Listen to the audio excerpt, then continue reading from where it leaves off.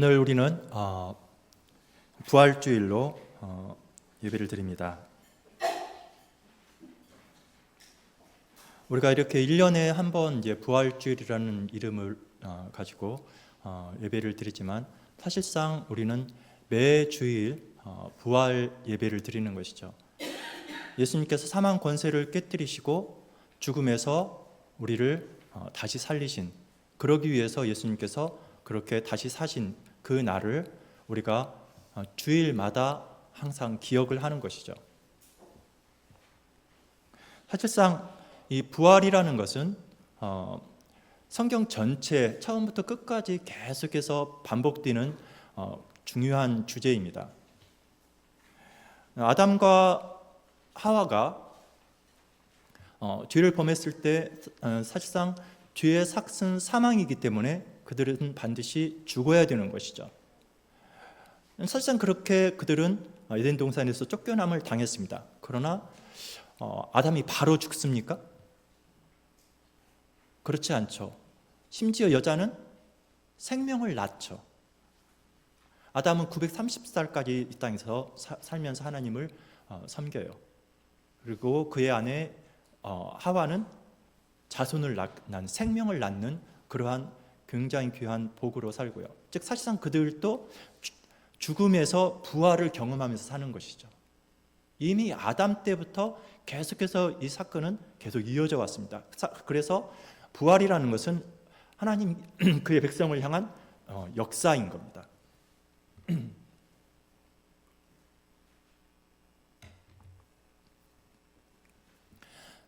이 부분에 대해서 항상 사탄은 죽음이라는 것을 가지고서 하나님의 백성들을 구약에서부터 계속해서 공격해 왔습니다.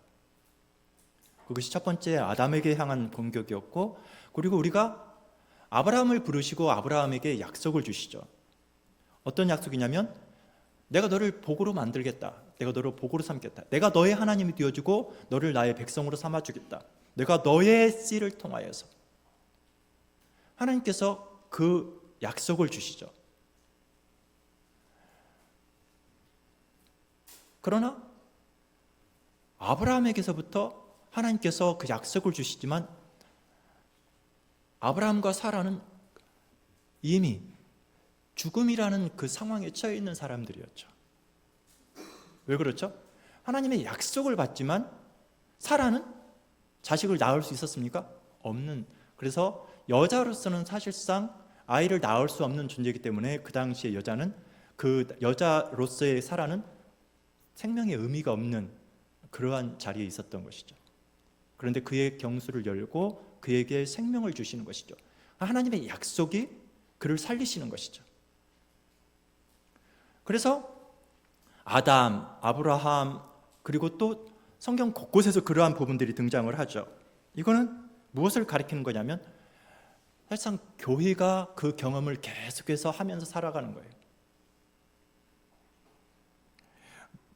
노아도 그랬죠. 노아도 죽음 가운데서 살아난 것이죠. 죄의 삭은 사망인데 하나님께서 노아를, 하나님을 의지하고 하나님을 바라고 하나님을 전적으로 신뢰하는 노아와 그의 가족을 하나님께서 죽음에서 살리신 거예요. 그리고 그의 자손들이 계속 그러하죠. 리브가도 그렇죠. 리브가도 그렇고 이삭도 그렇고. 그래서 하나님의 약속에 대해서 항상 위기의 상태에 처하는 게 죽음이라는 부분이죠. 생명이 이어지지 못하면 그것은 하나님 약속이 실현되지 못하는 거예요. 그런데 하나님께서 하나님의 약속을 하나님께서는 계속해서 지켜가시는 것이 바로 죽음으로부터 부활 생명을 교회에게 계속 주시는 것이죠. 오늘 본문에서 보여주는 것이 바로 그러한 부분입니다.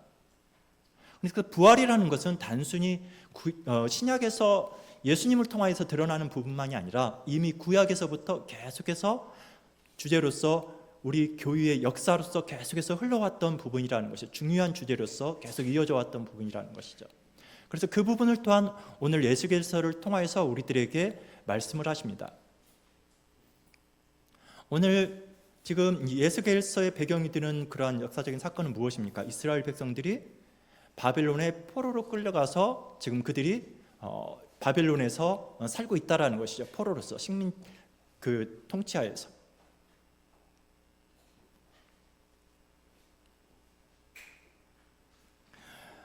오늘 본문의 시작은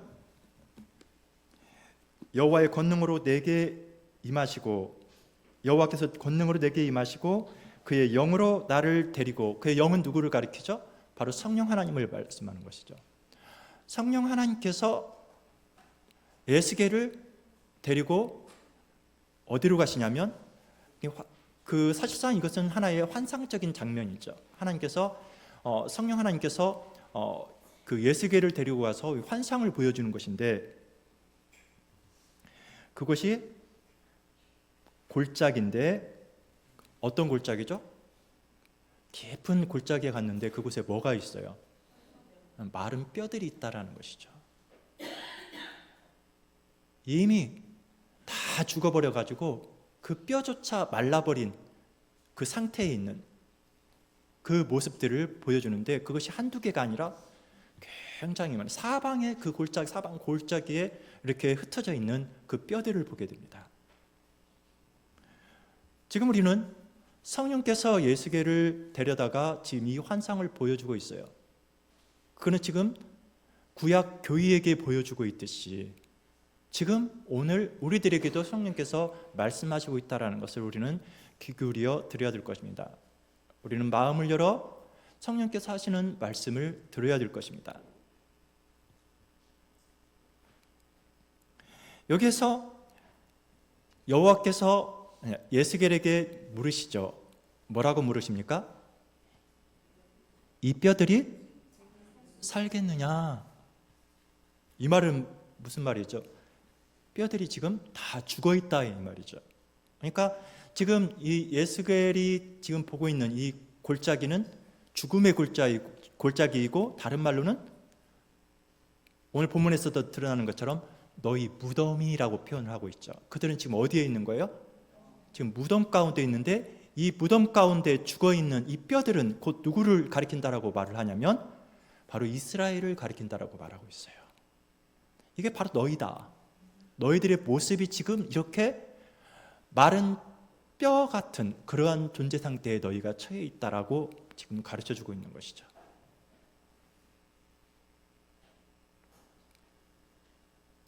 이스라엘 백성들의 멸망의 원인이 뭐죠? 에스겔 선지자를 데리고 이 성소 안으로 데리고 들어가는데, 거기에서 목격하는 아주 역겨운 상황들이 벌어지죠. 앞으로는 여호와의 성전이 있고 뒤로는 뭐가 있어요? 태양신을 숭배하는 여호와의 성소에서 그야말로 어떤 모습에, 호세아서에 말하는 것처럼 아내가 다른 남편을 데려다가 그 남편의 침대에서 함께 뒹굴고 있는 그 모습을 보여주는 거예요. 아름답습니까? 굉장히 역겨운 상태죠. 이스라엘 백성들이 여호와의 이름을 부르면서 다른 신들을 섬기고 있어요.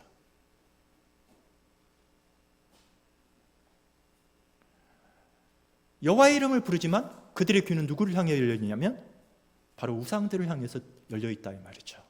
그들은 하나님을 듣는 것이 아니라 하나님의 성전에서 누구의 말을 듣고 있어요? 우상의 말을 듣고 있다 이 말이죠. 세상의 말을 듣고 있어요. 하나님께서 그들을 역겨워하시고, 하나님께서 심히 질투하시고, 하나님께서 분노하시죠. 그 뒤에 대해서.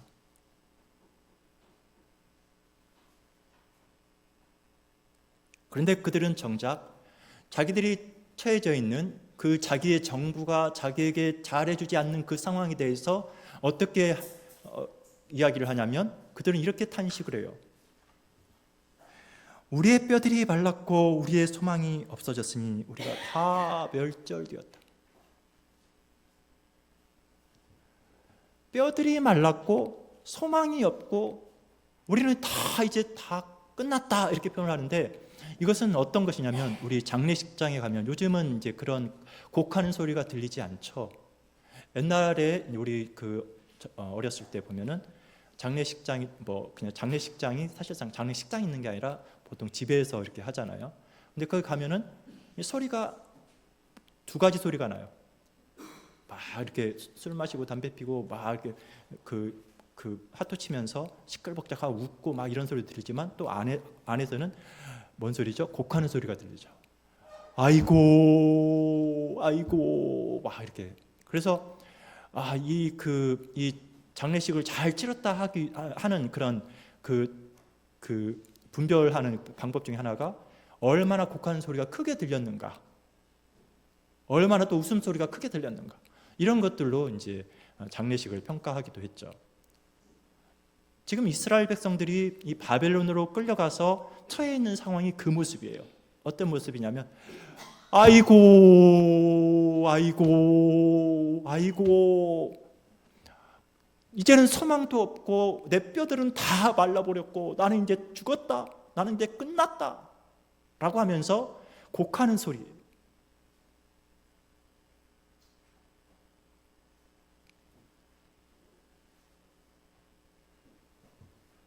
왜 이스라엘 백성들을 향하여서 그들은 마른 뼈라고 여호와께서 칭하실까요? 왜 그들을 무덤 속에 있는, 죽음 가운데 있는 자들이라고 말을 할까요? 그들의 영혼이 죽었기 때문이죠. 영혼이 죽었기 때문에 그렇게 지금 이 에스겔을 통하여서 우리에게 이 그림을 보여주고 있는 거예요.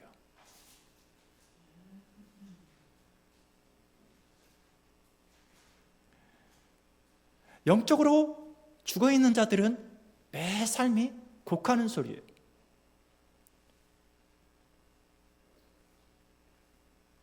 그러나 영이 살아있는 사람들은 똑같은 상황이지만 시편 44편에 보면 고라사손의 그 하나님께 부르짖음은 달라요. 제가 핸드아웃에는 제가 담지는 않았지만 시편 44편 말씀이 우리 하무리교회는 하루하루 매일 그 말씀 읽는 거기에 나오는데 우리 벽안교회도 동일한가요? 시편 44편 오늘 아닌가요? 달라요? 같아요? 다행이네요. 그러면 시편 44편에 보면 오늘 아침에 다들 읽으셨겠죠? 거기에 보면 고라자손의 씨를 담아놨죠.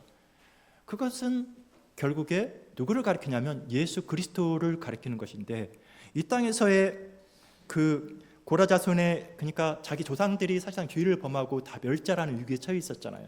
그들은 그 이스라엘 백성들 가운데서 사실상 인정받지 못하는 숨죽여 살아야 되는 어떤 그런 존재들이었을 거예요. 광야에서 저지른 자기 조상들의 그 반역 때문에.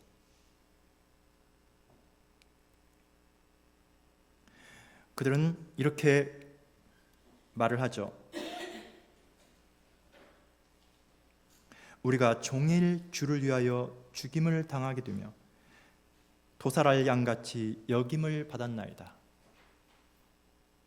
그러니까 양처럼 끌려가는 아주 그냥 처절한 삶을 계속 살아가고 있는 거예요. 사람들이 나를 비방을 하는데 그 비방하는 자가 누구냐면 내 이웃이라고 말을 해요. 가장 가까이 있는 사람이 나를 향해서 비방을 하고 있는 거예요. 마치 우리가 지난주에 살폈던 욥의 경우처럼 말이죠. 그러면서 우리 영혼은 진토 속에 파묻히고 우리의 몸은 땅에 붙었나이다. 지금 에스겔서의 이스라엘 백성들의 상황이 내 뼈가 말랐고 나에게는 소망이 없고 나는 멸절되었다 라고 하면서 지금 곡하는 소리를 내죠. 그러면 이 시편 44편의 고라자손은 어떤 상황입니까? 어떻게 보면 상황은 똑같아요. 그러나 영원히 살아있는 자의 부르짖음은 그런 부르짖음이 아니라는 것이죠. 소망이 있어요. 일어나 우리를 도우소서. 주의 인자심으로 말미암아 우리를 구원하소서. 그 구원이 누구에게 있다고요? 바로 우리 여호와께 있다라는 것이죠. 이 소망을 포기하지 않아요. 절대적으로 여호와를 바라는 자들이에요. 똑같은 상황이지만 여호와를 향하는 그 자세가 달라요. 그게 바로 누구예요? 영원히 살아있는 교회의 모습인 것이죠. 영원히 죽었다라면 어떠하는 거예요? 교회에 나와서도 곡만 하는 거예요.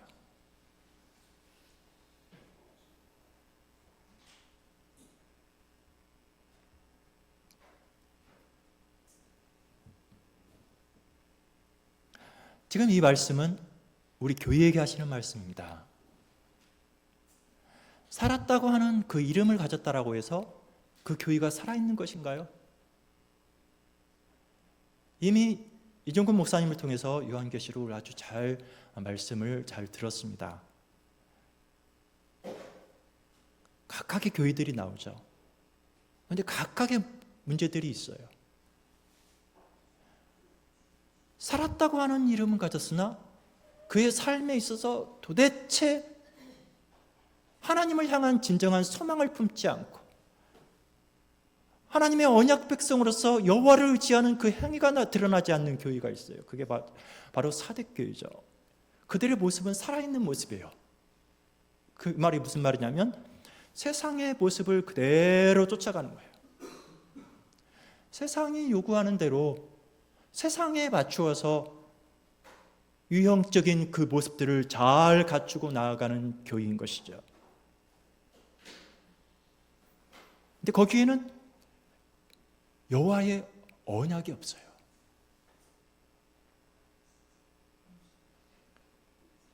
진정한 부활 생명으로 사는 것이 아니라 세상이 추구하는 그 삶을 가지고 살았기 때문에 그들에게 있어서는 여호와께서 요구하시는 말씀에 대한 삶이 없어요. 그렇기 때문에 그들에게서는 도대체 행위를 찾아볼 수가 없는 거예요. 그러니까 그들을 향하여서 죽은 교회라고 말하는 것이죠.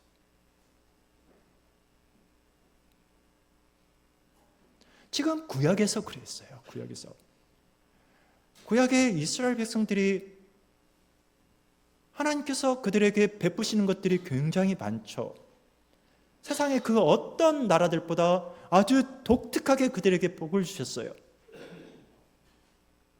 아브라함이라는 조상을 보내셨고 그를 통하여 언약을 주셨고 모세를 통하여서 율법을 주시고 그리고 성전을 주시고 제사를 줬어요. 그들에게 선생들을 보내서 선지자들을 보내서 계속해서 여호와의 언약을 계속해서 말씀해 오셨어요. 그들에게 여호와라는 그 이름을 걸고 하나님께서 그들과 함께 하시겠다라는 약속을 주셨어요. 그러나 그들은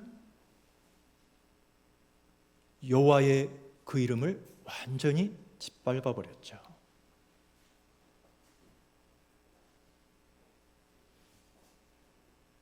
우리는 어떠합니까? 우리는 하나님을 부르면서 우리가 정말로 하나님 앞에서 영원히 살아있는 자로서 참된 소망을 가지고서 하나님이 주시는 그 큰 기쁨을 가지고 살아가십니까? 우리가 어제 본 시편 43편에서는 바로 여호와께서 큰 기쁨이라고 표현을 하시죠. 여호와께서 큰 기쁨이라고 표현을 해요. 우리의 기쁨이 어디에 있냐 이 말이에요. 다르게 표현하면 언제 여러분에게 우리들에게 기쁨이 오냐 이 말이죠. 내 몸이 건강할 때, 내 자녀가 좋은 직장을 가지게 될 때, 내가 손주를 볼 때, 내가 내 사랑하는 사람을 만나게 될 때, 그러할 때 기쁨이 오죠. 하나님께 그 기쁨을 요구하시죠. 그것들이 없을 때 어떤 감정을 느끼십니까? 절망이시죠. 거기 하나님은 계시냐 이 말이죠. 우리는 이 에스겔 골짜기에 누워져 있는 그 말라버린 그 뼈들과 같은 우리가 아닌지 오늘 성령께서 우리에게 하시는 경고를 우리가 들어야 된다 이 말이죠.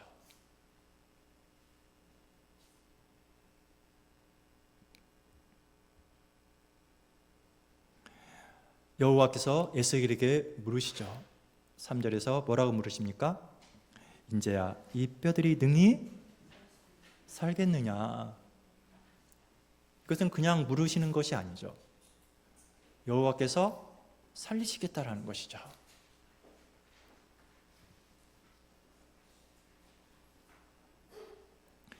이스라엘의 온 백성이, 우리가 역대 왕들을 보면 다윗도 그랬지만 계속해서 왕들이, 솔로몬 때에도 하나님께서 그렇게 엄청난 번영을 주심에도 불구하고 다윗도 그러하고 솔로몬도 그러하고 그의 아들 르호보암도 그러하고 계속해서 그들이 반복해서 짓는 것이 뭐예요? 죄죠. 이게 사사기에서 또 표현됐잖아요. 그렇죠? 사사기에서 그러했던 것처럼 이스라엘 역사는 계속해서 그 상태에 빠져 있어요. 그런데 이게 단순한 부분이 아니에요. 이 부분은 무슨 말이냐면 역대 왕들이 계속해서 죄를 범하면 어떤 위기에 처하죠? 하나님의 약속이 깨어지는 위기에 처해요. 아브라함에게 씨를 주겠다라고 하는데 아브라함이 자손을 낳지 못하면 어떤 위기에 처하죠? 여호와의 이름이 먹칠당하는 불명예스러운 그 상황에 처해요. 야, 너희 하나님이 진짜 하나님이냐? 너희 여호와가 정말 살아계시냐? 이스라엘 백성들은 항상 그 질문에 봉착해서 살았어요. 너희 여호와가 살아계시냐? 너희 신이 진짜 신이냐? 자, 이스라엘 백성들이 지금 어디에 있어요? 바벨론에 있죠. 바벨론을 정복하고 지금 거기에서 바벨론을 지배하면서 살고 있습니까? 안 그렇잖아요. 노예로 끌려가서 살고 있잖아요. 에스겔 같은 경우에는 지금 노예로 끌려가 있는데 또 그 이후에 들려오는 소식을 들어요. 예루살렘에 대해서 어떤 소식을 듣냐면 완전히 멸절되었다라고요. 그래서 그들에게 소망이 있습니까? 없습니까? 전혀 소망이 없어요.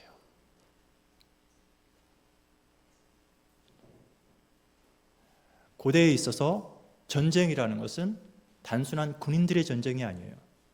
그건 신들의 싸움입니다. 신들의 전쟁.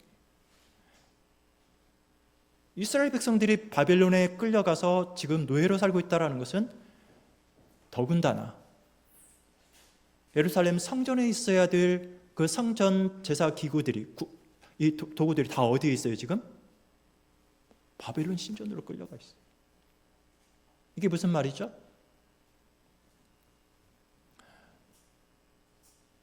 사사기 때의 모습과 똑같은 것이죠.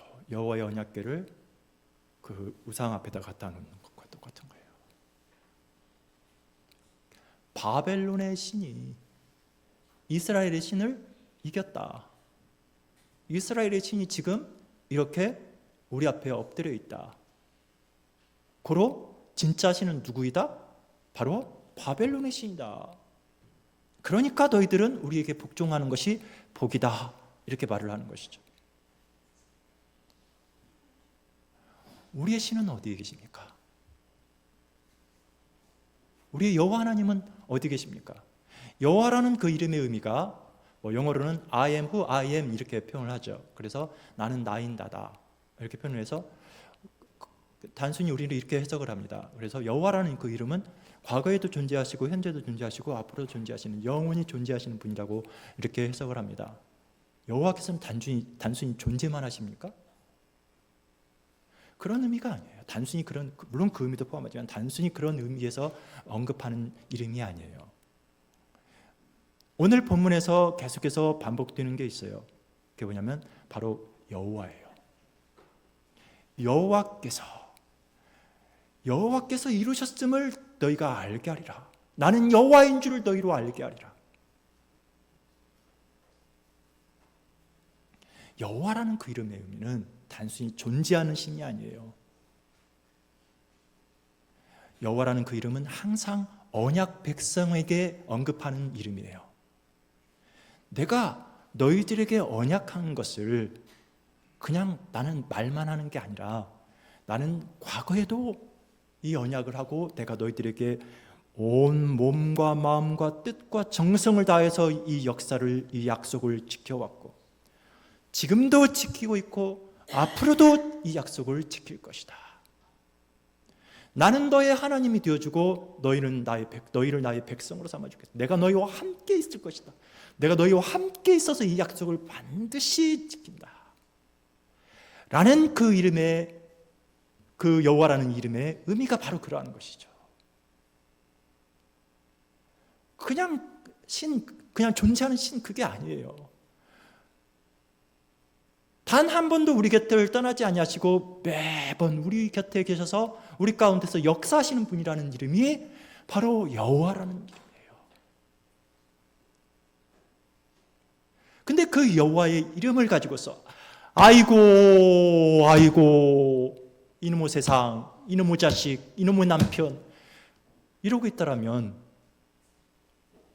우리가 여호와를, 우리가 예수님께서 우리에게 하늘에 계신 우리 아버지여 이름이 거룩히 여김을 받으시옵고 라고 기도하라고 하는데 우리는 정작 여호와의 이름을 거룩하게 하기보다는 여호와를 그야말로 믿을 수 없는 존재로, 세상에 그냥 우상 중에 하나로 우리는 치부함으로써, 그리고 오히려 여호와가 아닌 다른 신들을 우리가 숭배함으로써,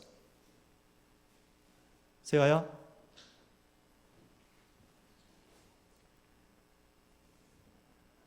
우리는 여호와의 거룩을 훼손시키는 자들이 되고 있다는 것이죠. 회개해야 되는 법. 마음을 찢고 머리를 쥐어뜯으며 회개해야 되는 것입니다.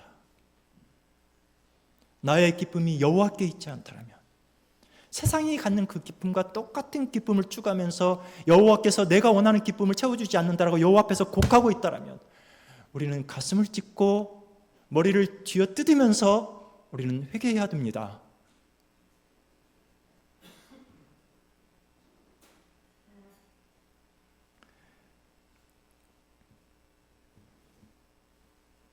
여호와께서는 우리에게 말씀만 하시는 분이 아닙니다. 여호와께서 말씀하시면 그 말씀은 역사를 해요. 우리 인간의 언어도 그렇잖아요. 우리는 모든 몸짓을 통하여서도 말을 하고 우리 입을 통하여서도 말을 해요. 그래서 그 말이라는 것은 사람을 살리기도 하고 사람을 위로해서 그의 생기를 회복시키기도 하고, 또는 어떻게 하겠죠? 아주 무서운 활이 되어서 그의 심장을 찌르기도 하죠. 우리 인간의 말도 그래요. 근데 여호와의 말씀은요, 살아있어요. 생명력이 있어요. 빛이 있으라 하면 빛이 있어요. 하나님이 말씀하시기 때문에 세상이 존재하는 거예요. 하나님의 말씀에 의해서 생명이 있는 거라고요. 오늘 여호와께서 예스겔을 부르시고 예스겔에게 말씀하셔요. 너는 대언하라고 해요. 대언. 나를 대신해서 네가 말하라라고 하시는 말씀이죠.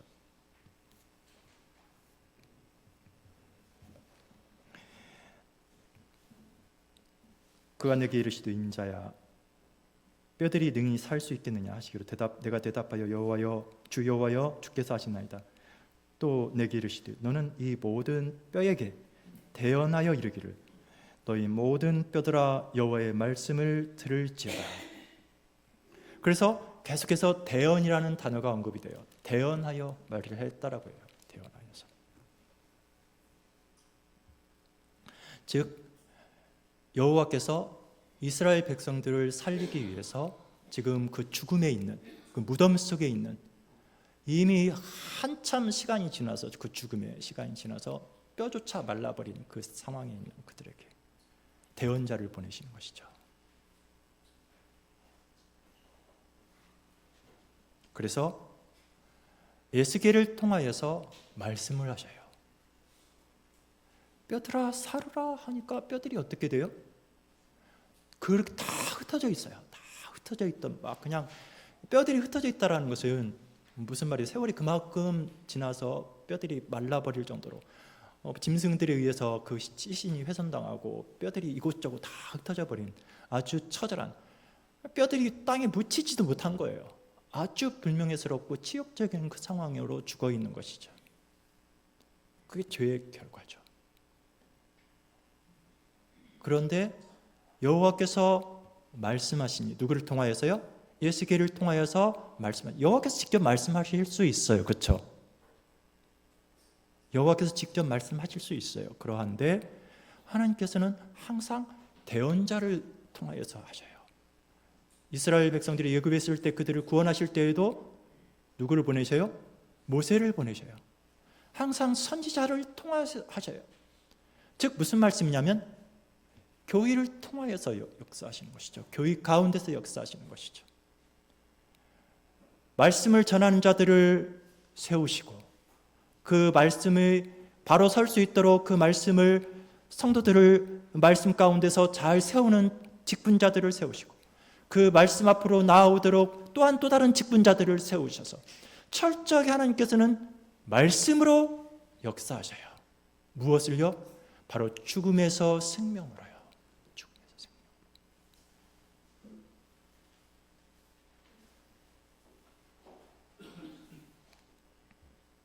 그래서 여호와께서 말씀하십니다. 에스겔을 통하여서. 그러하니 바로 죽었던 뼈들이 살아나기 시작하는 거예요. 각각 제자리에 들어가서 각각 뼈들이 다 맞춰지고 거기에 또 핏줄이 생기고 살이 붙고 또한 그 피부가 생기고. 근데 거기에 생명이 있어요, 없어요? 생명이 없으니까 또 다시 대언을 하죠.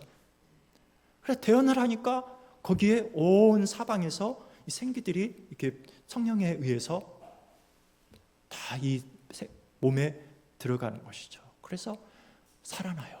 근데 살아나는데 뭐가 돼요? 군대가 되는 거예요. 군대가. 어떤 군대가 되었다라고 하죠? 큰 군대가 되었다라고 합니다. 큰 군대가.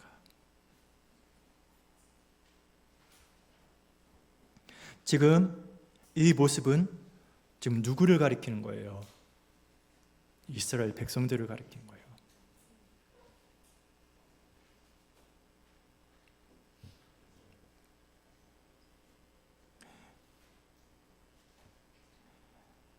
이렇게 하나님께서는 이스라엘 백성들을 향하여서 그들이 죽어 있는데 그들에게 말씀을 하셔요. 말씀을 하시니까 그 말씀에 의해서 그들이 다시 살아나요. 그리고 하나님께서 그들에게 약속을 하시죠. 내가 너희들을 이스라엘 땅으로 다시 회복시킬 것이다. 왜 이스라엘 땅으로 왜 가야 돼요?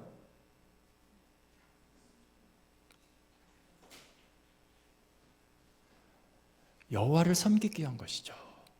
예굽에서 나와야 되는 이유가 뭐죠? 오직 여호와만을 섬기기 위한 거예요. 다른 신들이 있으면 안 돼요. 내 침대에 다른 이상한 남자가 누워 있으면 안 된다고요. 이상한 여자가 누워 있으면 안 된다고요. 여호와께서 이스라엘 백성들을 향하여서 사실상 뭐라고 말씀을 하시냐면 너는 내 뼈 중에 뼈요 내 살 중에 살이로다. 아담이 하와에게 한 말이죠. 근데 사실상 이거는 여호와께서 교회에게 하시는 말씀이에요. 신랑이 신부에게 하는 말이에요. 우리 주님 다시 오실 때 하실 말씀. 너는 내 뼈 중에 뼈요 내 살 중에 살이로다. 하나님은 그런 사랑을 원하셔요. 그 침상에 다른 여자가 누워있고 다른 남자가 누워있는 것을 무척 싫어하셔요. 하나님은 그걸 역겨워하시고 하나님은 심히 질투하십니다. 그래서 하나님과만 있을 곳 광야로 불러내셨죠. 하나님만 바라보는 곳. 광야에 다른 것이 있어요, 없어요? 아무것도 없잖아요. 밤이 되면 뭐밖에 안 보여요? 별밖에 안 보여요. 제가 이스라엘에 한번 가보고 싶어요. 왜 가보고 싶냐면 다른 것을 보러 가는 게 아니라 그 광야의 하늘의 그 무수한 별들을 한번 보고 싶어요. 뭐 다른 데도 가서 볼 수 있지만 특별히 거기 가서 한번 보고 싶은 그러한 생각이 듭니다. 왜 별들을 보게 되죠? 아브라함에게 한 약속이죠. 아브라함에게 한 약속. 하나님께서 이스라엘 백성을 광야로 불러내신 이유가 있어요. 그들은 오직 여호와의 말씀, 여호와의 언약을 통해서만 산다라는 것을 가르쳐 주는 거예요. 다른 그 무엇이 필요한 것이 아니라, 사람은 떡으로만 사는 것이 아니라 오직 뭘로 사는 거라고요? 하나님의 말씀으로 사는 거예요. 그게 바로 언약 백성이에요. 그게 바로 산다라는 거예요. 그래서 광야에 이것저것이 없다라고 해서 아이고 왜 나는, 그게 아니라 여호와께서 나에게 계셔서 나에게 계속 사랑의 속삭임을 들려주시기 때문에 내가 사는 거예요. 내 뼈 중에 뼈요, 내 살 중에 살이로 나다라고 계속해서 말씀하시는 여호와의 말씀을 들을 수 있는 곳이 바로 그곳이에요. 그 사랑의 속삭임보다 더 좋은 것이 어디 있습니까? 내가 너와 함께 있어서 내가 너를 영원히 떠나지 않을 것이다. 나는 너를 사랑한다. 여호와께서 우리에게 그렇게 말씀하시는 그것보다 더 좋은 고백이 어디에 있습니까?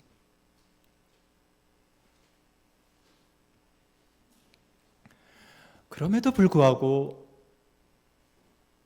이 포로로 끌려갔던 이스라엘 백성들을 나중에 이제 그 스룹바벨과 또 여호수아를 통하여서 그들이 돌아오잖아요. 그들 당대에. 성전도 다시 짓고. 그럼에도 불구하고 그들은 또다시 죄를 범하고 죄를 범해요. 그래서 예수님이 오실 때까지 그 긴 세월 동안 400여 년 동안 여호와의 말씀이 있어요, 없어요? 여호와께서 침묵하셔버려요. 이거야말로 끝장인 것이죠.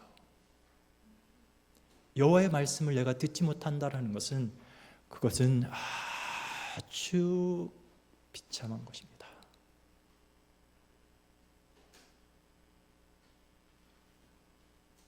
그런데 누가 오셔요? 여호와께서는 단 한 번도 자기의 약속을 포기하신 적이 없어요. 이제는 말씀이 육신이 되어 와버리셔요. 선지자들을 통해서 태어나게 하시더니 이제는 여호와의 말씀이 직접 오시는 거예요. 예수께서 말씀이 되어 이 땅에 오셔요. 그리고 그 약속을 친히 온 몸과 온 영혼으로 그것을 살아가면서 다 이루셔요. 그 숱한 고통과 숱한 모욕에도 불구하고 그 절대 고독과 그 절대 고통을 온몸으로 다 당해내시면서 누구를 위한 것이죠? 바로 우리를 위한 것이죠. 우리를 위해서 죽으러 오셨어요. 우리를 살리러 오셨다 이 말이에요. 그렇지만 성경도 모르고 성령도 모르고 도대체 말씀을 듣지 못하는 그 이스라엘 백성들이 예수님을 거부하잖아요. 그 이유가 뭐예요? 그들이 눈이 멀었기 때문이에요. 귀가 막혔기 때문이에요. 왜 막혔죠? 여호와의 이름을 부르지만 여전히 세상에 자꾸 귀를 열어놓기 때문에 여호와의 말씀이 들려요, 안 들려요? 안 들리는 거죠. 계속 세상의 정부만 쫓아다니니까 여호와가 보여요, 안 보여요? 안 보이는 것이죠. 그러니 예수님을 죽이는 것이죠. 우리는 어떠하냐 이 말이죠. 우리는 어떠하냐 이 말이죠. 우리들의 지금 상태가 어떠하냐 이 말이에요.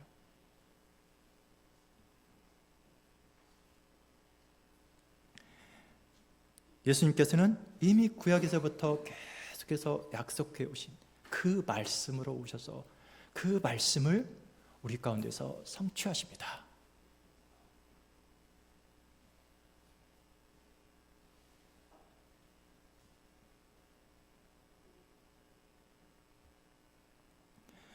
요한복음 5장에서도 내가 진실로 진실로 너희에게 이르노니 내 말을 듣고 나 보내신 이를 믿는 자는 영생을 얻었고 심판에 이르지 아니하나니 사망에서 생명으로 옮기올 것이다. 제가 죄송합니다. 거기 안 담아놨어요. 그냥 저 드리십시오. 요한복음 5장 14절에 사망에서 생명으로 옮길 것이다입니까? 옮겼느니라입니까? 옮겼다라고 했어요. 다시 읽어드릴게요. 내가 진실로 너희에게 이르노니 내 말을 듣고 나 보내신 이를 믿는 자는 누구를 들어야 돼요? 예수님을 들어야 돼요. 여호와의 말을 들어야 돼요. 여호와의 말을 들으면 여호와의 말씀이 그의 모든 삶 가운데서 역사하신다 이 말이에요. 여호와의 말을 듣는다라는 것은 한쪽은 세상에 한쪽은 여호와의 말이에요. 그러면 이게 여호와의 말이 들립니까? 안 들린다니까요. 그렇게 하면 여호와의 말을 듣는다라는 것은 그 말에 그 말씀이 나를 내어 맡기는 것을 말하는 거예요. 내 영혼을 맡기는 거예요. 그 말이 진짜 역사하도록 내 삶의 자리를 내어놓는 것을 말하는 거예요.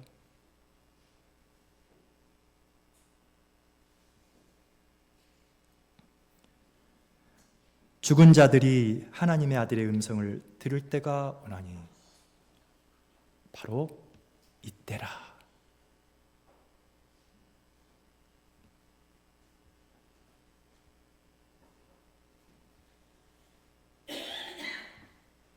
우리는 마태복음 27장에 보면 예수님께서 이제 십자가에서 죽으시죠. 내가 다 이루었다 하시고 영혼이 떠나실 때 그때 무슨 일이 일어나냐면 바위가 막 터지는 사건이 일어나죠. 바위가 막 펑펑 하면서 터졌나 봐요. 엄청난 지진이 일어나요. 땅이 막 흔들려요. 먼저는 성전의 그 두꺼운 휘장이 위에서부터 아래로 쫙 찢어져요. 그러더니 각각 무덤에서 뭔 일이 일어나요? 죽은 자들이 살아나요. 이미 그 일들이 있었던 거예요. 그 전에 죽은 자가 살아나는 일이 있었죠. 나사로죠. 나사로를 통하여서 보여주는 것이 뭐죠? 이스라엘 백성들 너희가 이렇게 죽은 자들이라는 것을 보여주는 거예요. 너희들이 영원히 이렇게 죽은 자다. 너희가 살기 위해서는 어떻게 해야 된다? 바로 예수님께서 오셔서 나사로야 일어나라 라고 해야 된다는 것이죠. 그 말을 들어야 죽은 자가 살아난다는 거예요. 그것을 이스라엘 백성들에게 직접 보여주는데도 불구하고 그들은 오히려 그 예수를 십자가에 못 박아요. 예수님께서 죽으시는 그 순간까지 무덤에 묻혀있던 그들을 또한 살리셔요.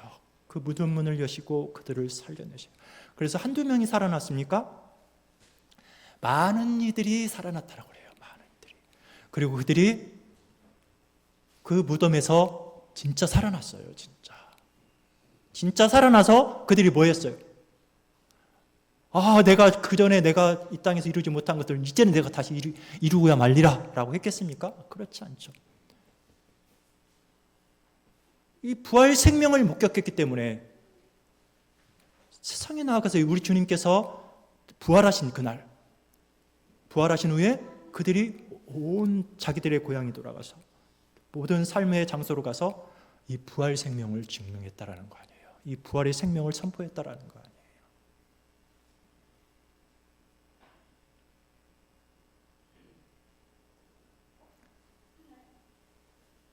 오늘 교회를 향하여서 사실상 우리가 바로 이 예수길 골짜기에 묻혀 있는 이 죽은 이 마른 뼈다귀와 같은 존재들이었다라는 것을 우리들에게 말을 합니다.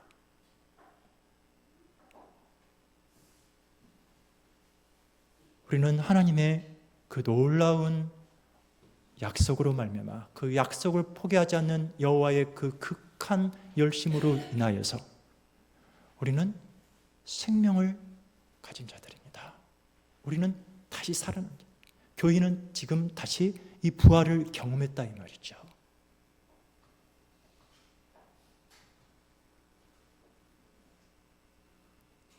하나님께서 역사하시는 방법이 그래요.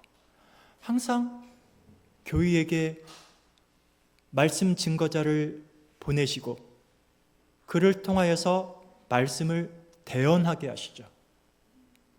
그래서 오늘 성도님들이 이 자리에 나와서 여호와의 말씀을 함께 듣고 있는 거예요. 그래서 요한계시록에서 말씀하신 바와 같이 이 말씀을 읽는 자와 듣는 자와 그 말씀을 지켜 행하는 자들이 복이 있는 거예요. 저도 말씀을 듣고 지금 전하는 것이죠. 성도님들 이 말씀을 듣고 있어요. 이 말씀은 살아있어요. 생명력이 있다 이 말이죠.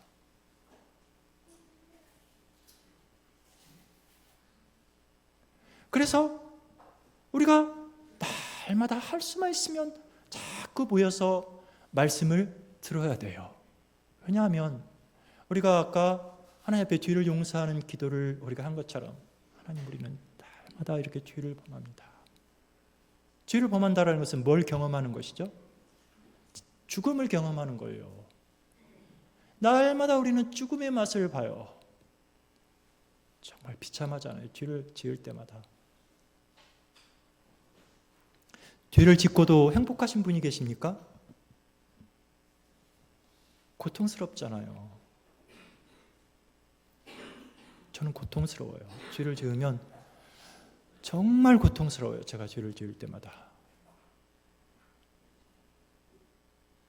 사람들과의 관계에서 정말 이 말씀이 내 안에서 온전히 역사해야 되는데 여호와의 말씀이 아니라 나의 말이 나를 더 지배할 때 너무나 고통스러운 것을 계속 경험을 해요. 죽음이죠. 지옥이죠. 그렇기 때문에 우리는 또다시 여호와의 말씀 앞에 우리가 이렇게 엎드리는 것입니다. 여호와의 말씀이 아니면 우리는 살 수가 없어요. 왜 그렇죠? 우리는 부활 생명을 가진 자들이기 때문에 그래요. 이 부활 생명이 없는 사람들은 어때요? 제 멋에 살아요. 자기의 멋진 말 또는 자기의 멋진 말이 떠오르지 않으면 어떤 멋진 철학자의 말 또는 TV에 나오는 어떤 심리학자의 말, 어떤 앵커의 멋진 멘트 이런 것들로 자꾸 살아가려고 해요. 그래서 심지어 크리스찬이라고 하는 사람들조차도 맹자는 공자는 니체가 아닙니다. 부활 생명을 가진 교인은 여호와의 말씀으로밖에 살 수가 없습니다. 여호와께서는 여전히 매일 매 순간 이렇게 역사하셔요. 우리가 영혼을 위해서 하는 기도, 우리 그 기도문에서 우리 어떤 기도를 하죠? 하늘에 계신 아버지여, 아버지의 손에 우리의 영혼을 맡깁니다. 우리를 주의 약속에 따라 처분하여 주시옵소서. 사실상 이 기도는 우리가 매 순간 해야 되는 기도죠. 매 순간.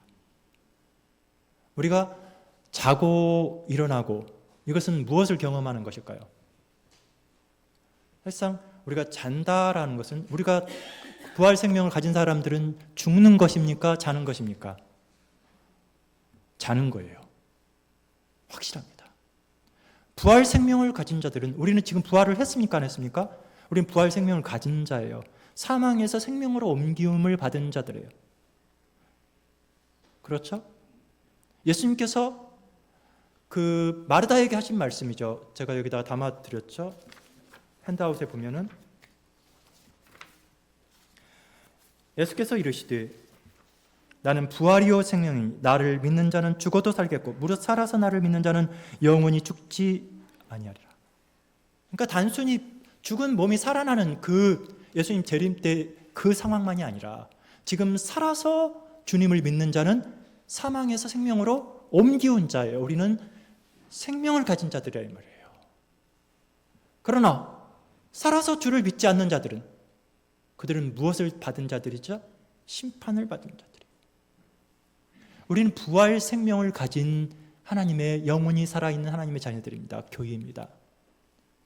그렇다면 우리가 자고 일어날 때 우리는 항상 이 경험을 해야 돼요. 나는 죽는 것이 아니라 나는 잡니다. 우리 주님 다시 오실 때 나를 일으켜 깨우실 텐데 나는 오늘 또 이렇게 주님의 생명으로 다시 살아납니다. 그래서 우리는 매일 부활을 경험을 하는 것이죠.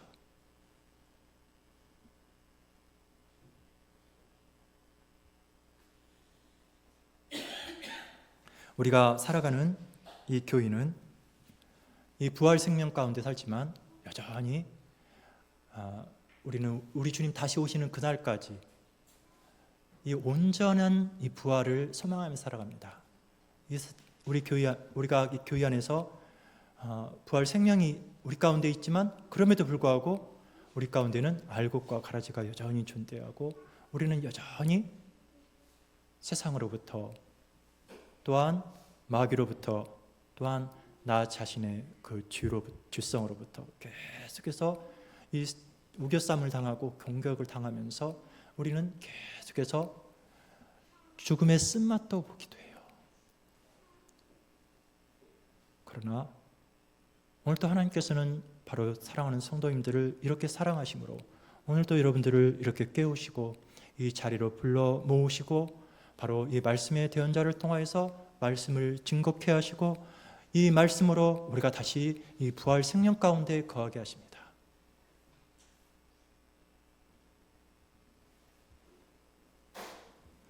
사랑하는 성도님들, 우리는 바로 이 말씀을 통하여서 이 말씀 가운데에서 역사하시는 성령을 통하여서 매 순간 이 부활을 체험하면서 살아야 될 것입니다. 선택을 하십시오. 부활을 체험하면서 사시겠습니까? 아니면 죽음을 체험하면서 날마다 아이고 곡하면서 사시겠습니까?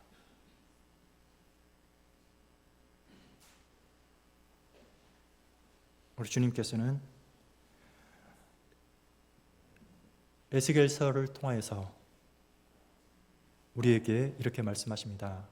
내 백성아, 내가 너희 무덤을 열고 거기서 나오게 하여 큰 군대가 되게 하리라. 우리는 큰 군대로 살아갑니다. 살아있는 군인으로서 살아갑니다. 이 한 주도 이 부활을 체험함으로 에스겔서에서 약속하신 여호와의 약속을 신뢰함으로 날마다 부활 생명의 그 부활의 기쁨이 가득한 우리가 되기를 소원합니다. 아멘.